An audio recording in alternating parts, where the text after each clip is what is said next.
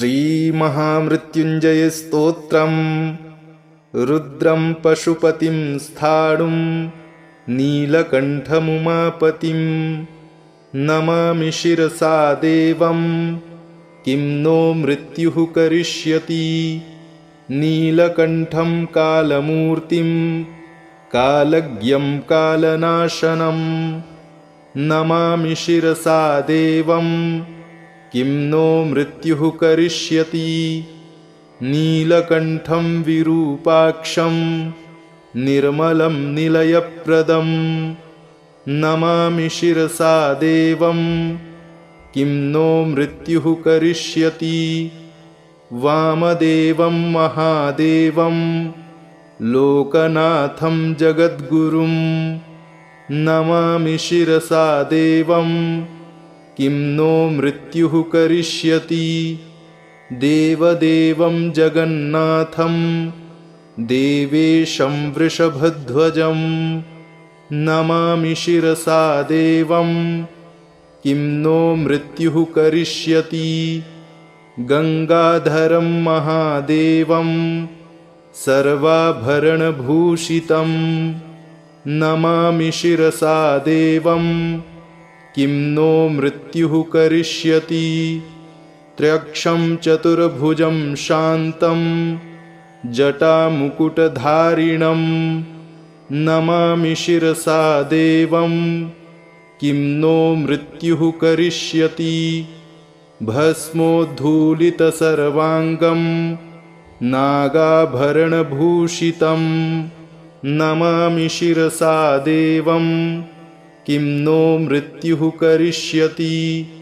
अनन्तमव्ययं शान्तम् अक्षमालाधरं हरं नमामि शिरसा देवं किं नो मृत्युः करिष्यति।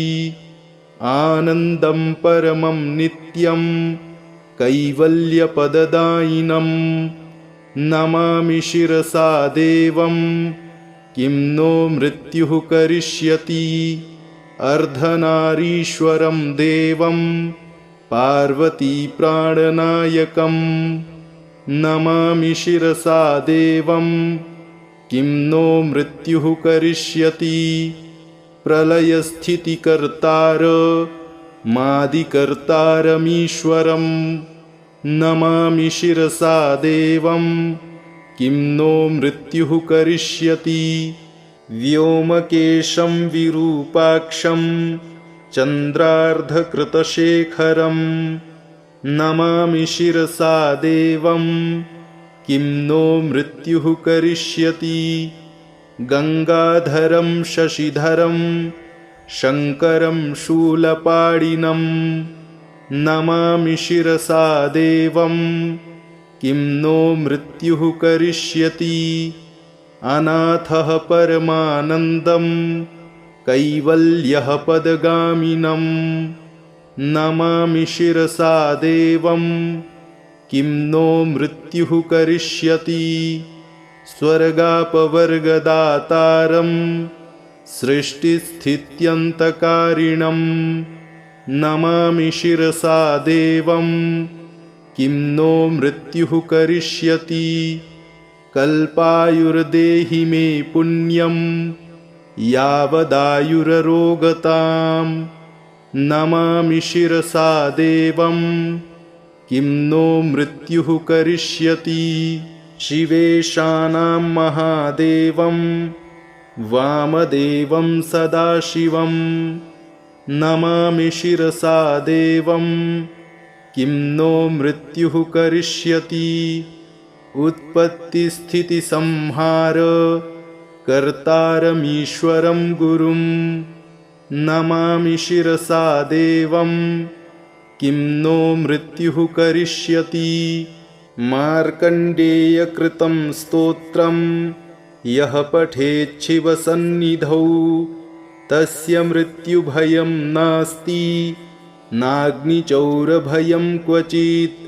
शतावर्तं प्रकर्तव्यं संकटे कष्टनाशनं शुचिर्भूत्वा पठेत् स्तोत्रं सर्वसिद्धिप्रदायकं मृत्युञ्जय महादेव त्राहि मां शरणागतं जन्ममृत्युजरारोगैः पीडितं कर्मबन्धनैः तावकस्त्वद्गतः प्राणस्त्वच्चित्तोऽहं सदा मृड इति विज्ञाप्य देवेशं त्र्यम्बकाख्यमनं जपेत्।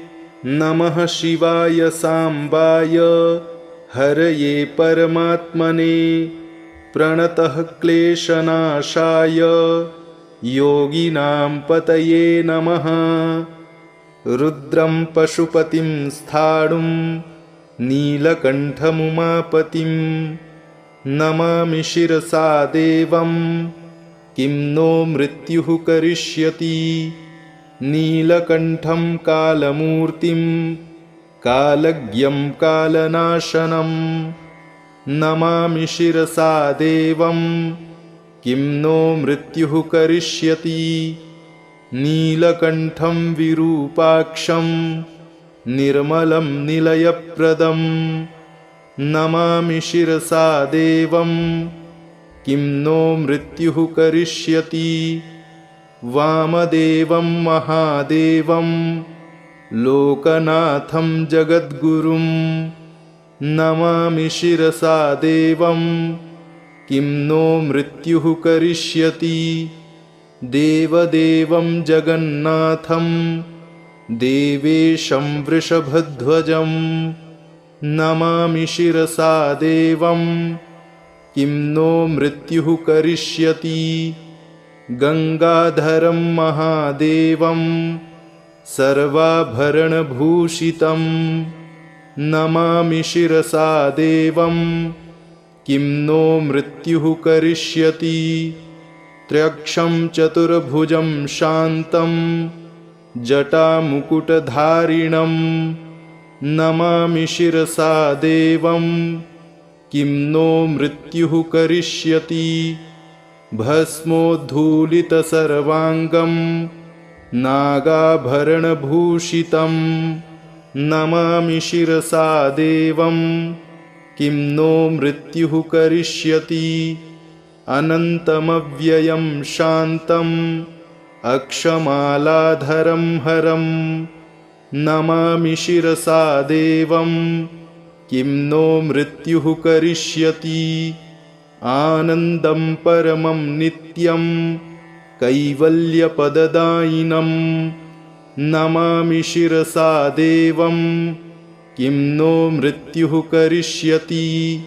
अर्धनारीश्वरं देवं पार्वतीप्राणनायकं नमामि शिरसा देवं किं नो मृत्युः करिष्यति। प्रलयस्थितिकर्तार मादिकर्तारमीश्वरं नमामि शिरसा देवं किं नो मृत्युः करिष्यति। व्योमकेशं विरूपाक्षं चन्द्रार्धकृतशेखरं नमामि शिरसा देवं किं नो मृत्युः करिष्यति। गंगाधरं शशिधरं शङ्करं शूलपाणिनं नमामि शिरसा देवं किं नो मृत्युः करिष्यति। अनाथः परमानन्दं कैवल्यः पदगामिनं नमामि शिरसा देवं किं नो मृत्युः करिष्यति। स्वर्गापवर्गदातारं सृष्टिस्थित्यन्तकारिणं नमामि शिरसा देवं किं नो मृत्युः करिष्यति। कल्पायुर्देहि मे पुण्यं यावदायुररोगतां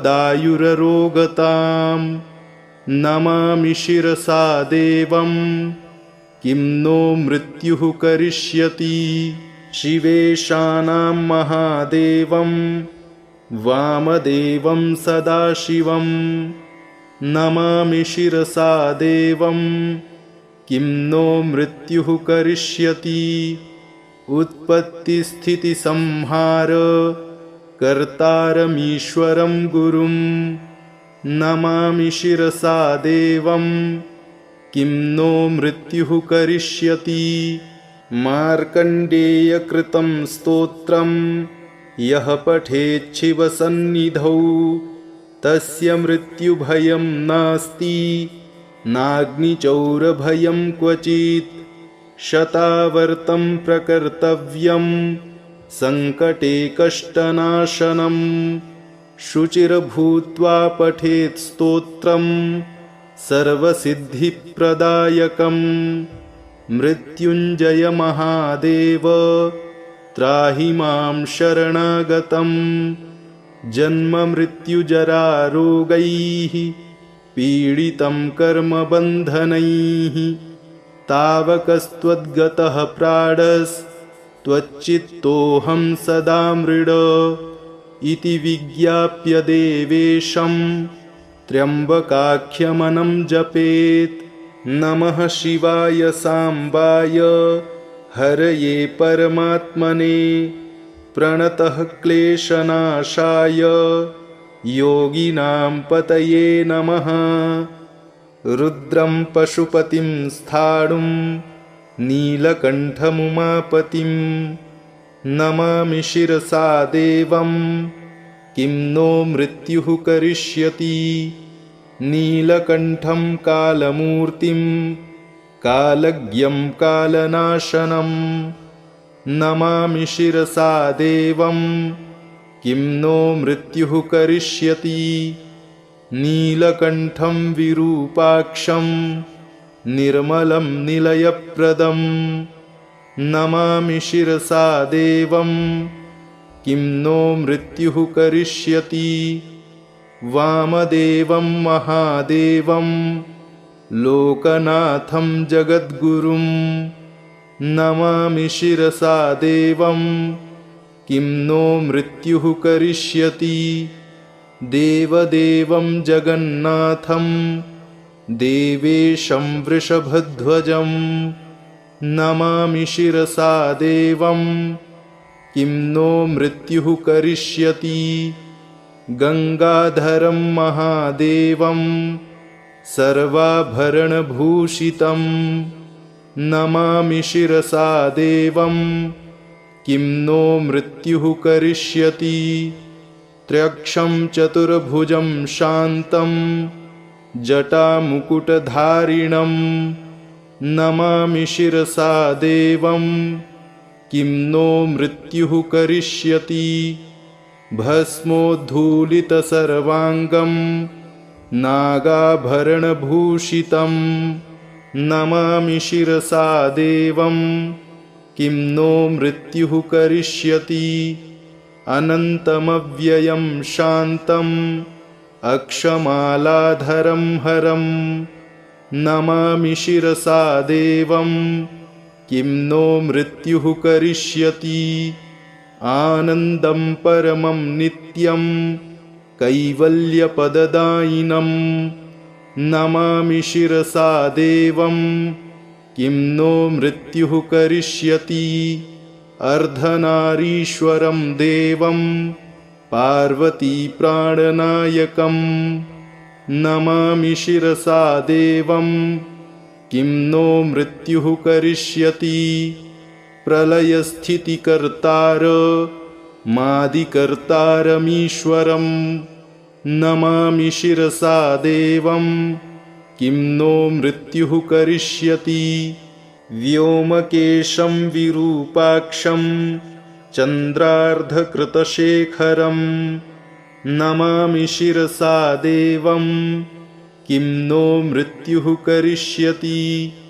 गंगाधरं शशिधरं शङ्करं शूलपाणिनं नमामि शिरसा देवं किं नो मृत्युः करिष्यति। अनाथः परमानन्दं कैवल्यः पदगामिनं नमामि शिरसा देवं किं नो मृत्युः करिष्यति। स्वर्गापवर्गदातारं सृष्टिस्थित्यन्तकारिणं नमामि शिरसा देवं किं नो मृत्युः करिष्यति कल्पायुर्देहि मे पुण्यं यावदायुररोगताम् नमामि शिरसा देवं किं नो मृत्युः करिष्यति शिवेशानां महादेवं वामदेवं सदाशिवं नमामि शिरसा देवं किं नो मृत्युः करिष्यति उत्पत्तिस्थितिसंहार कर्तारमीश्वरं गुरुं नमामि शिरसा देवं किं नो मृत्युः करिष्यति मार्कण्डेयकृतं स्तोत्रं यः पठेच्छिवसन्निधौ तस्य मृत्युभयं नास्ति नाग्निचौरभयं क्वचित् शतावर्तं प्रकर्तव्यं सङ्कटे कष्टनाशनं शुचिर्भूत्वा पठेत् स्तोत्रं सर्वसिद्धिप्रदायकं मृत्युञ्जय महादेव त्राहि मां शरणागतं जन्ममृत्युजरारोगैः पीडितं कर्मबन्धनैः तावकस्त्वद्गतः प्राणस्त्वच्चित्तोऽहं सदा मृड इति विज्ञाप्य देवेशं त्र्यम्बकाख्यमनं जपेत् नमः शिवाय साम्बाय हरये परमात्मने प्रणतः क्लेशनाशाय योगिनां पतये नमः रुद्रं पशुपतिं स्थाणुं नीलकण्ठमुमापतिं नमामि शिरसा देवं किं नो मृत्युः करिष्यति नीलकण्ठं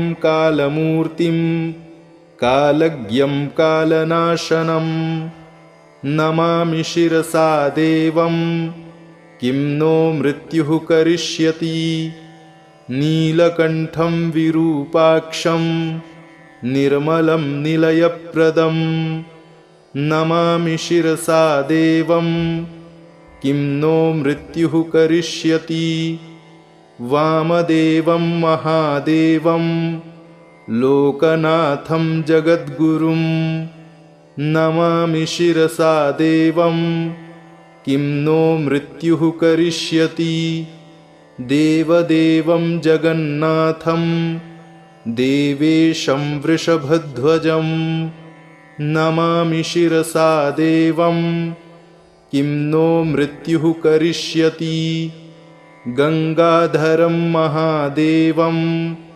सर्वाभरणभूषितं नमामि शिरसा देवं किं नो मृत्युः करिष्यति त्र्यक्षं चतुर्भुजं शान्तं जटामुकुटधारिणं नमामि शिरसा देवं किं नो मृत्युः करिष्यति भस्मोद्धूलितसर्वाङ्गं नागाभरणभूषितं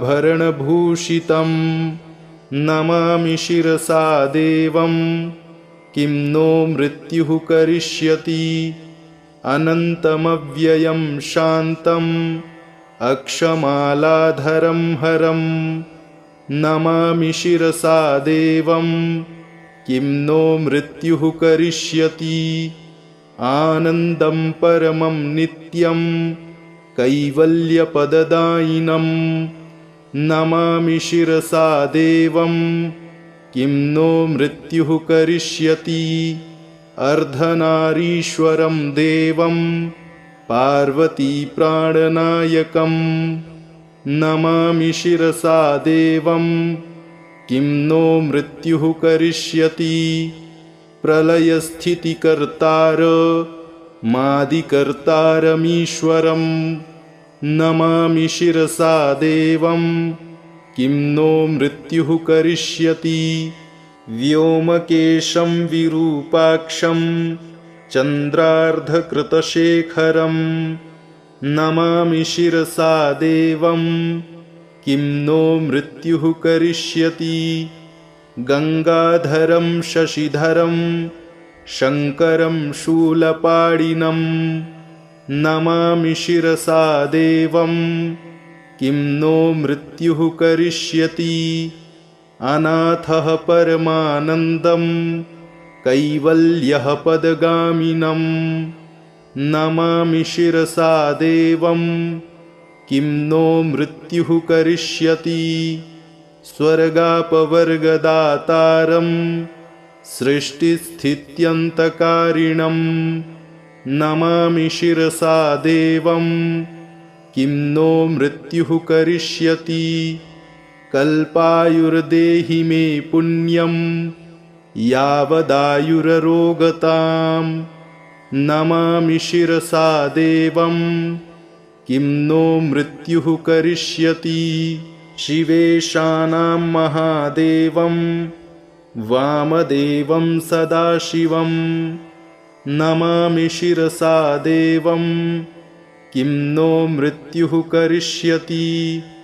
उत्पत्तिस्थितिसंहार कर्तारमीश्वरं गुरुं नमामि शिरसा देवं किं नो मृत्युः करिष्यति। मार्कण्डेयकृतं स्तोत्रं यः पठेच्छिवसन्निधौ तस्य मृत्युभयं नास्ति नाग्निचौरभयं क्वचित्। शतावर्तं प्रकर्तव्यं सङ्कटे कष्टनाशनं शुचिर्भूत्वा पठेत् स्तोत्रं सर्वसिद्धिप्रदायकम्। मृत्युञ्जय महादेव त्राहि मां शरणागतं जन्ममृत्युजरारोगैः पीडितं कर्मबन्धनैः। तावकस्त्वद्गतः प्राणस्त्वच्चित्तोऽहं सदा मृड इति विज्ञाप्य देवेशं त्र्यम्बकाख्यमनं जपेत्। नमः शिवाय साम्बाय हरये परमात्मने प्रणतः क्लेशनाशाय योगिनां पतये नमः। रुद्रं पशुपतिं स्थाणुं नीलकण्ठमुमापतिं नमामि शिरसा देवं किं नो मृत्युः करिष्यति। नीलकण्ठं कालमूर्तिं कालज्ञं कालनाशनं नमामि शिरसा देवं किं नो मृत्युः करिष्यति। नीलकण्ठं विरूपाक्षं निर्मलं निलयप्रदं नमामि शिरसा देवं किं नो मृत्युः करिष्यति। वामदेवं महादेवं लोकनाथं जगद्गुरुं नमामि शिरसा देवं किं नो मृत्युः करिष्यति।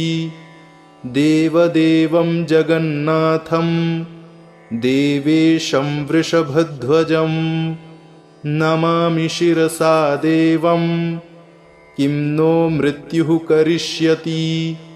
गंगाधरं महादेवं सर्वाभरणभूषितं नमामि शिरसा देवं किं नो मृत्युः करिष्यति। त्र्यक्षं चतुर्भुजं शान्तं जटामुकुटधारिणं नमामि शिरसा देवं किं नो मृत्युः करिष्यति। भस्मोद्धूलितसर्वाङ्गं नागाभरणभूषितं नमामि शिरसा देवं किं नो मृत्युः करिष्यति। अनन्तमव्ययं शान्तम् अक्षमालाधरं हरं नमामि शिरसा देवं किं नो मृत्युः करिष्यति। आनन्दं परमं नित्यं कैवल्यपददायिनं नमामि शिरसा देवं किं नो मृत्युः करिष्यति। अर्धनारीश्वरं देवं पार्वतीप्राणनायकं नमामि शिरसा देवं किं नो मृत्युः करिष्यति प्रलयस्थितिकर्तार मादिकर्तारमीश्वरं नमामि शिरसा देवं किं नो मृत्युः करिष्यति व्योमकेशं विरूपाक्षं चन्द्रार्धकृतशेखरं नमामि शिरसा देवं किं नो मृत्युः करिष्यति गंगाधरं शशिधरं शङ्करं शूलपाणिनं नमामि शिरसा देवं किं नो मृत्युः करिष्यति अनाथः परमानन्दं कैवल्यः पदगामिनं नमामि शिरसा देवं किं नो मृत्युः करिष्यति स्वर्गापवर्गदातारं सृष्टिस्थित्यन्तकारिणं नमामि शिरसा देवं किं नो मृत्युः करिष्यति कल्पायुर्देहि मे पुण्यं यावदायुररोगतां नमामि शिरसा देवं किं नो मृत्युः करिष्यति शिवेशानां महादेवं वामदेवं सदाशिवं नमामि शिरसा देवं किं नो मृत्युः करिष्यति उत्पत्तिस्थितिसंहार कर्तारमीश्वरं गुरुं नमामि शिरसा देवं किं नो मृत्युः करिष्यति मार्कण्डेयकृतं स्तोत्रं यः पठेच्छिवसन्निधौ तस्य मृत्युभयं नास्ति नाग्निचौरभयं क्वचित् शतावर्तं प्रकर्तव्यं सङ्कटे कष्टनाशनं शुचिर्भूत्वा पठेत् स्तोत्रं सर्वसिद्धिप्रदायकं मृत्युञ्जय महादेव त्राहि मां शरणागतं जन्ममृत्युजरारोगैः पीडितं कर्मबन्धनैः तावकस्त्वद्गतः प्राणस्त्वच्चित्तोऽहं सदा मृड इति विज्ञाप्य देवेशं त्र्यम्बकाख्यमनं जपेत् नमः शिवाय साम्बाय हरये परमात्मने प्रणतः क्लेशनाशाय योगिनां पतये नमः रुद्रं पशुपतिं स्थाणुं नीलकण्ठमुमापतिं नमामि शिरसा देवं किं नो मृत्युः करिष्यति नीलकण्ठं कालमूर्तिं कालज्ञं कालनाशनं नमामि शिरसा देवं किं नो मृत्युः करिष्यति नीलकण्ठं विरूपाक्षं निर्मलं निलयप्रदं नमामि शिरसा देवं किं नो मृत्युः करिष्यति वामदेवं महादेवं लोकनाथं जगद्गुरुं नमामि शिरसा देवं किं नो मृत्युः करिष्यति देवदेवं जगन्नाथं देवेशं वृषभध्वजं नमामि शिरसा देवं किं नो मृत्युः करिष्यति गंगाधरं महादेवं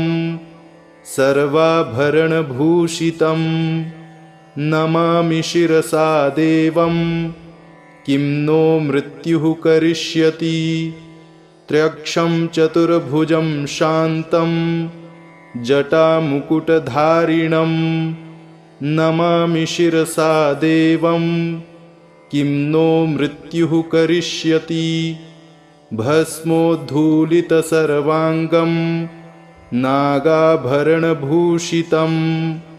नमामि शिरसा देवं किं नो मृत्युः करिष्यति अनन्तमव्ययं शान्तम् अक्षमालाधरं हरं नमामि शिरसा देवं किं नो मृत्युः करिष्यति आनन्दं परमं नित्यं कैवल्यपददायिनं नमामि शिरसा देवं किं नो मृत्युः करिष्यति अर्धनारीश्वरं देवं पार्वतीप्राणनायकं नमामि शिरसा देवं किं नो मृत्युः करिष्यति प्रलयस्थितिकर्तार मादिकर्तारमीश्वरं नमामि शिरसा देवं किं नो मृत्युः करिष्यति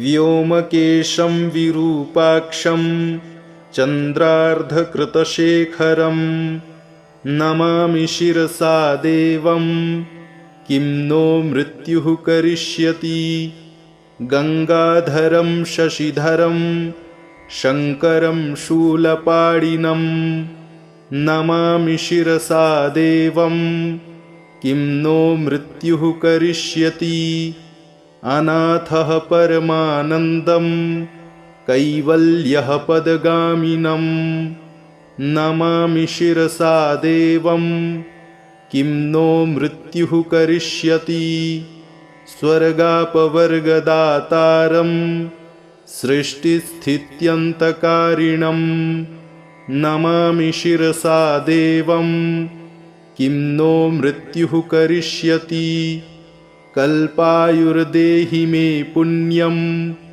यावदायुररोगतां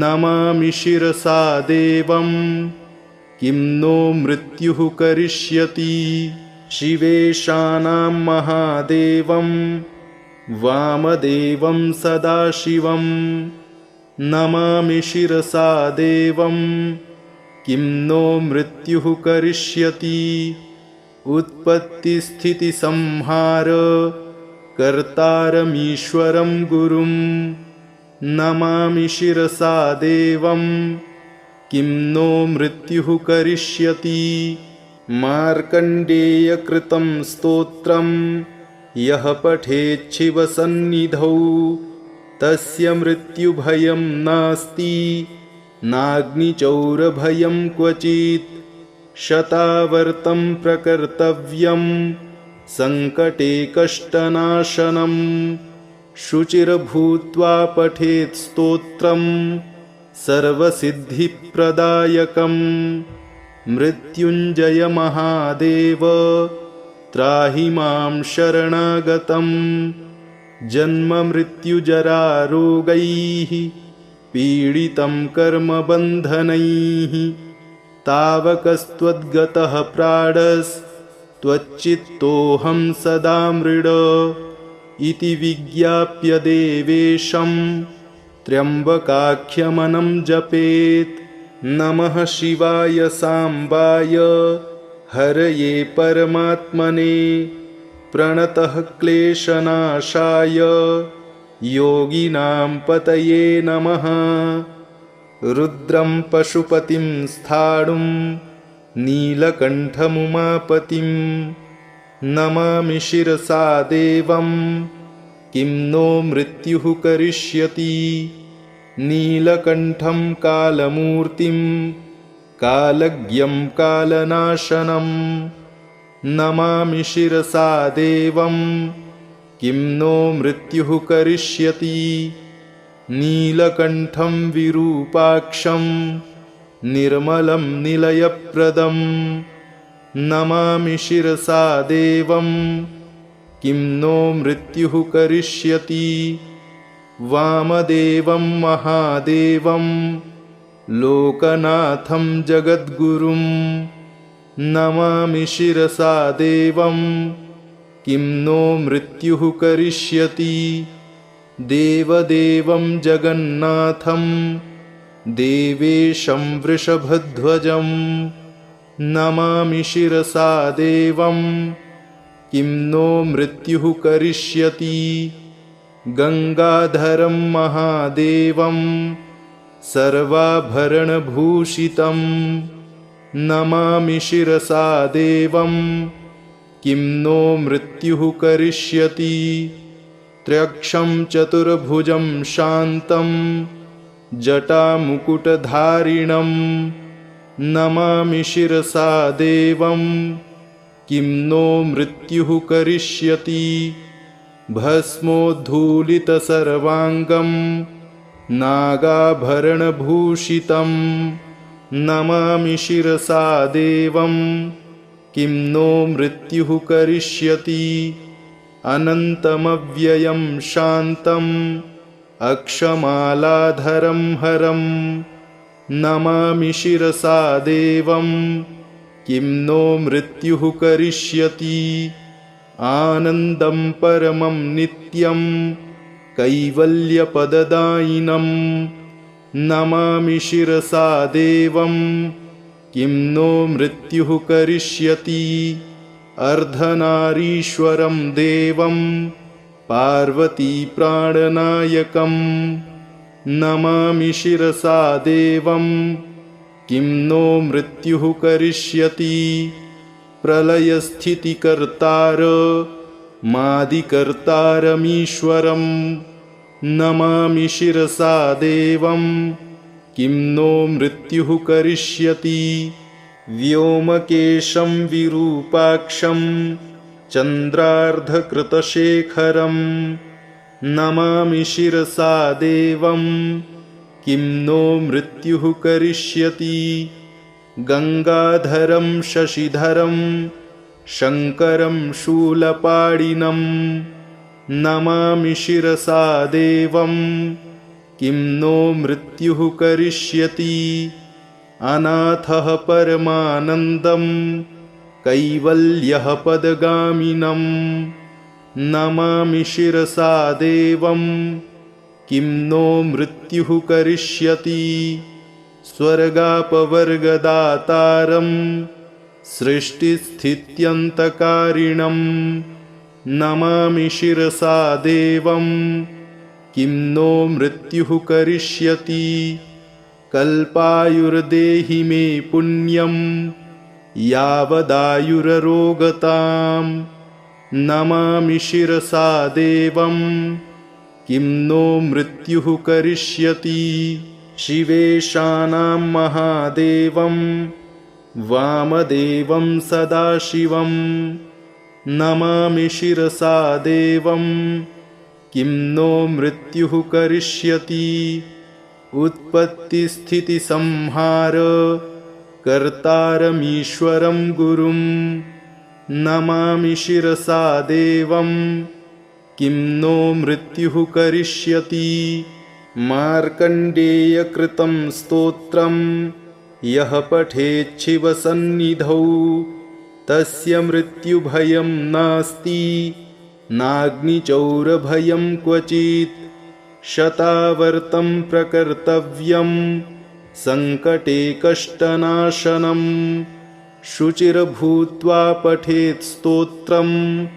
सर्वसिद्धिप्रदायकं मृत्युञ्जय महादेव त्राहि मां शरणागतं जन्ममृत्युजरारोगैः पीडितं कर्मबन्धनैः तावकस्त्वद्गतः प्राणस्त्वच्चित्तोऽहं सदा मृड इति विज्ञाप्य देवेशं त्र्यम्बकाख्यमनं जपेत् नमः शिवाय साम्बाय हरये परमात्मने प्रणतः क्लेशनाशाय योगिनां पतये नमः रुद्रं पशुपतिं स्थाणुं नीलकण्ठमुमापतिं नमामि शिरसा देवं किं नो मृत्युः करिष्यति नीलकण्ठं कालमूर्तिं कालज्ञं कालनाशनं नमामि शिरसा देवं किं नो मृत्युः करिष्यति। नीलकण्ठं विरूपाक्षं निर्मलं निलयप्रदं नमामि शिरसा देवं किं नो मृत्युः करिष्यति। वामदेवं महादेवं लोकनाथं जगद्गुरुं नमामि शिरसा देवं किं नो मृत्युः करिष्यति। देवदेवं जगन्नाथं देवेशं वृषभध्वजं नमामि शिरसा देवं किं नो मृत्युः करिष्यति। गंगाधरं महादेवं सर्वाभरणभूषितं नमामि शिरसा देवं किं नो मृत्युः करिष्यति। त्र्यक्षं चतुर्भुजं शान्तं जटामुकुटधारिणं नमामि शिरसा देवं किं नो मृत्युः करिष्यति। भस्मोद्धूलितसर्वाङ्गं नागाभरणभूषितं नमामि शिरसा देवं किं नो मृत्युः करिष्यति। अनन्तमव्ययं शान्तम् अक्षमालाधरं हरं नमामि शिरसा देवं किं नो मृत्युः करिष्यति। आनन्दं परमं नित्यं कैवल्यपददायिनं नमामि शिरसा देवं किं नो मृत्युः करिष्यति। अर्धनारीश्वरं देवं पार्वतीप्राणनायकं नमामि शिरसा देवं किं नो मृत्युः करिष्यति। प्रलयस्थितिकर्तार मादिकर्तारमीश्वरं नमामि शिरसा देवं किं नो मृत्युः करिष्यति। व्योमकेशं विरूपाक्षं चन्द्रार्धकृतशेखरं नमामि शिरसा देवं किं नो मृत्युः करिष्यति। गंगाधरं शशिधरं शङ्करं शूलपाणिनं नमामि शिरसा देवं किं नो मृत्युः करिष्यति। अनाथः परमानन्दं कैवल्यः पदगामिनं नमामि शिरसा देवं किं नो मृत्युः करिष्यति। स्वर्गापवर्गदातारं सृष्टिस्थित्यन्तकारिणं नमामि शिरसा देवं किं नो मृत्युः करिष्यति। कल्पायुर्देहि मे पुण्यं यावदायुररोगतां नमामि शिरसा देवं किं नो मृत्युः करिष्यति। शिवेशानां महादेवं वामदेवं सदाशिवं नमामि शिरसा देवं किं नो मृत्युः करिष्यति। उत्पत्तिस्थितिसंहार कर्तारमीश्वरं गुरुं नमामि शिरसा देवं किं नो मृत्युः करिष्यति। मार्कण्डेयकृतं स्तोत्रं यः पठेच्छिवसन्निधौ तस्य मृत्युभयं नास्ति नाग्निचौरभयं क्वचित्। शतावर्तं प्रकर्तव्यं संकटे कष्टनाशनं शुचिर्भूत्वा पठेत् स्तोत्रं सर्वसिद्धिप्रदायकं। मृत्युञ्जय महादेव त्राहि मां शरणागतं। जन्ममृत्युजरारोगैः पीडितं कर्मबन्धनैः तावकस्त्वद्गतः प्राणस्त्वच्चित्तोऽहं सदा मृड इति विज्ञाप्य देवेशं त्र्यम्बकाख्यमनं जपेत्। नमः शिवाय साम्बाय हरये परमात्मने प्रणतः क्लेशनाशाय योगिनां पतये नमः। इति श्रीमहामृत्युञ्जयस्तोत्रम् सम्पूर्णम्।